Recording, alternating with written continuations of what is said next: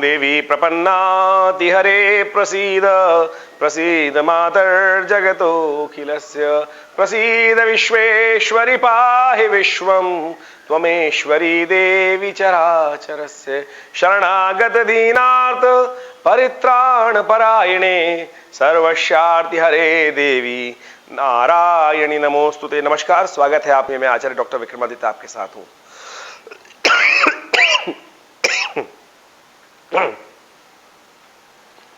सिंह राशि वालों के लिए ग्रहों की गणना दिखाती है कि 1 अप्रैल से लेकर 10 अप्रैल के बीच में आपके ग्रह योग विशेष तौर पर कई प्रकार से आपके लिए उन्नति के योग बनाने वाले हैं।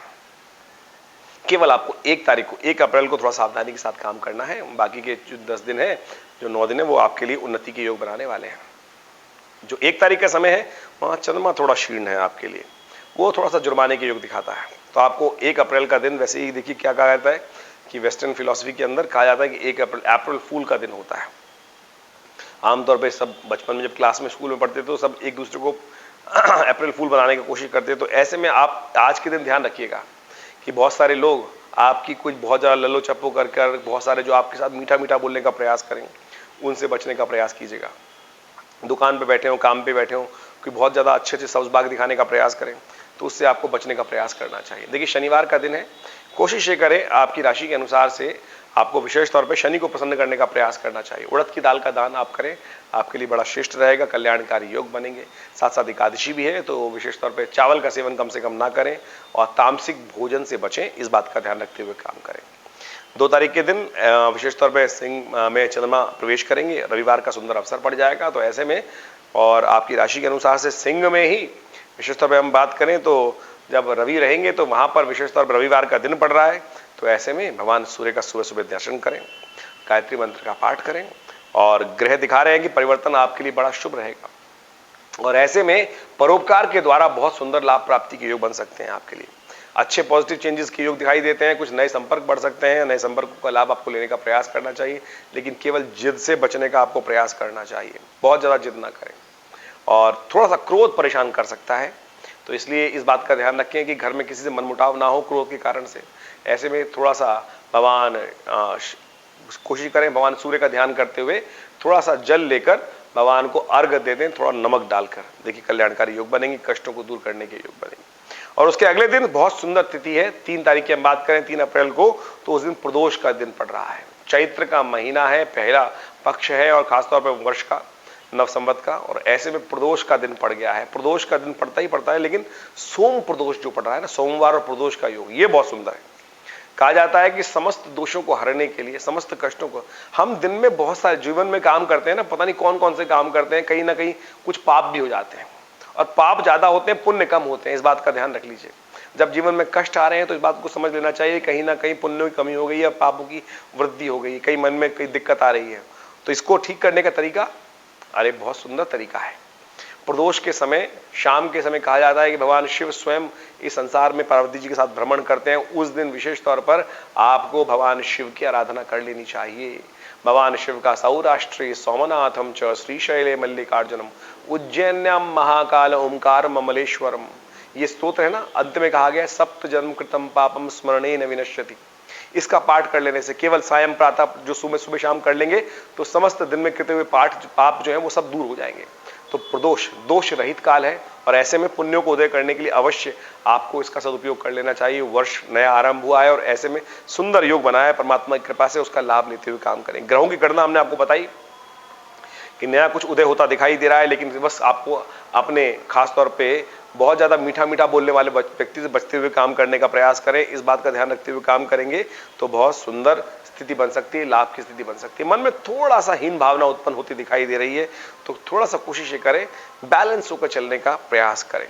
उसके अगले दिन की बात करें तो 4 तारीख को विशेष तौर पर कन्या में चंद्रमा प्रवेश, विशेष तौर पर कन्या राशि में चंद्रमा का प्रवेश होगा और उस दिन विशेष तौर पे सुंदर मंगलवार का दिन पड़ रहा है। तो हनुमान जी की आराधना करते हुए दिन का आरंभ करें। ग्रहों की गणना दिखाती है कि शाम तक कुछ अच्छी सूचना प्राप्त होने के योग बन सकते हैं। ग्रहों का परिवर्तन दिखा रहा है कि जैसे जैसे दिन का परिवर्तन होगा कुछ अच्छी सूचना, परिवर्तन का लाभ आपको मिलता दिखाई दे रहा है। लेकिन एक बात ध्यान रखिएगा, आपके ग्रह इन दिनों खास तौर पर एक विचित्र प्रकार का योग बना रहे हैं। जितना आप धर्म का पालन करेंगे उतना ज्यादा आपको लाभ के योग बनेंगे। इसलिए जितने धर्म से सरलता से विमुख होंगे, या बिल्कुल परमात्मा मैं नहीं लेता परमात्मा का नाम, मुझे नहीं लेना, उतना आपके जीवन में कष्ट आ सकता है। ग्रहों का योग चल रहा है इस वक्त ऐसा। तो इस बात को समझें कि अपने मन में अनास्तिकता जो है, जो नास्तिकता है, उसको ना लाएं बीच में।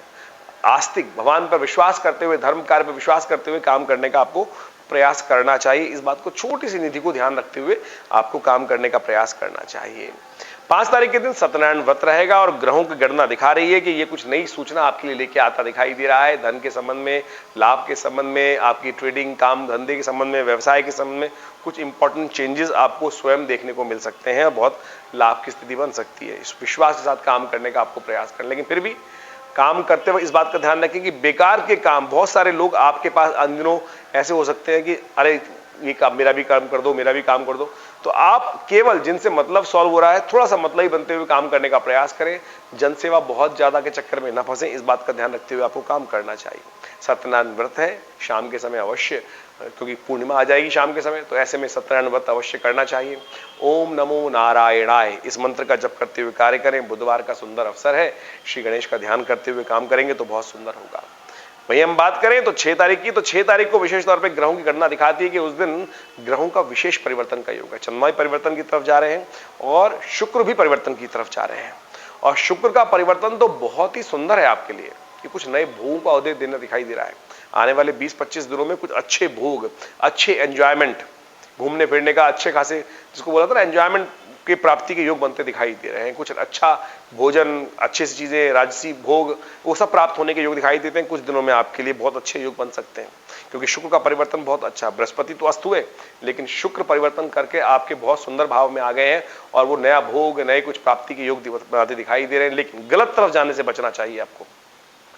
कई बार क्या होता है, अय्याशी और बहुत सारे गलत तरफ जो है उस तरफ जाने से बचें, लेकिन बैलेंस होते हुए आपके जीवन में जो भोग आए उनको भोगना बड़ा सुंदर आपके जीवन में योग बनता दिखाई दे रहा है। उस दिन पूर्णिमा है तो विशेष तौर पे, और साथ साथ हनुमान जयंती है, और हनुमान जयंती विशेष तौर पे बड़े सुंदर दिन पड़ रही है। बृहस्पतिवार के दिन हनुमान जयंती का जो सुंदर योग है, विशेष तौर पर बड़ा ही कल्याणकारी योग बनाने वाला है। उस दिन स्नान दान का पुण्य बहुत जबरदस्त शास्त्र में बताया गया है। और उस दिन जो चैत्र पूर्णिमा है, विशेष तौर पर उस दिन स्नान दान का पुण्य शास्त्र में बहुत अद्भुत बताया गया है। और आपकी राशि के अनुसार से शनि महाराज जो है वो आपके जिस भाव में चल रहे हैं, थोड़ा सा स्वास्थ्य के दृष्टिकोण से कष्ट उत्पन्न करने के योग देते हैं, पेट संबंधित रोग उत्पन्न करने के योग देते हैं। तो ऐसे में आपको विशेष तौर पर हनुमान जी को प्रसन्न करने का प्रयास करना चाहिए। पीपल के पेड़ के पास जाकर आपको विशेष तौर पर एक दिया जलाना चाहिए, यह आपके लिए सुंदर रहेगा। हनुमान चालीसा का पाठ करना चाहिए। हनुमान जी को चूरमे का भोग लगाना चाहिए।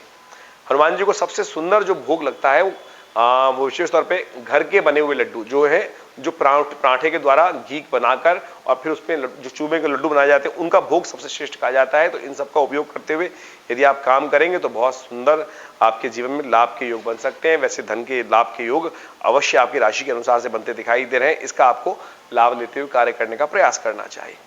ग्रह दिखाते हैं कि विशेष तौर पर आपकी राशि के अनुसार से पराक्रम से आपको लाभ प्राप्ति के योग बन सकते हैं। 7 तारीख के दिन, 7 तारीख को आपको पराक्रम से नहीं भागना चाहिए। ग्रह दिखा रहे हैं कि आपके मन से आप पराक्रम भी करेंगे और उससे आपको विशेष तौर पे लाभ प्राप्त हो सकता है। आपके लोग सहयोग करने के योग बना सकते हैं। बहुत सारे लोग आपकी तरफ हाथ बढ़ा सकते हैं, उसका आपको हाथ सहयोग लेने का प्रयास करना चाहिए। लेकिन आपके अंदर एक भावना ऐसी आ सकती है कि मैं अकेला ही कर लूंगा। देखिए भैया, सबके साथ लेके चलते हो ना तो विजय का बड़ा आनंद आता है। भगवान कृष्ण ने जब गोवर्धन उठाया, उठाने वाले तो सब थे, उठाने वाले तो केवल भगवान कृष्ण ही थे, लेकिन सबने सहयोग कर रखा था और उससे सब सुखी थे। जब सब सुखी होते हैं ना तो आपके मन में भी प्रसन्नता का उदय होता है। तो इस बात का आपको ध्यान रखते हुए कार्य करने का प्रयास करना चाहिए। ग्रह दिखा रहे हैं कि आगे बढ़ने के योग बन सकते हैं। उसके बाद ग्रहों का परिवर्तन आपके लिए 7, 8, 9 तारीख में अच्छा है, कल्याणकारी योग बनेंगे। धन्यवाद।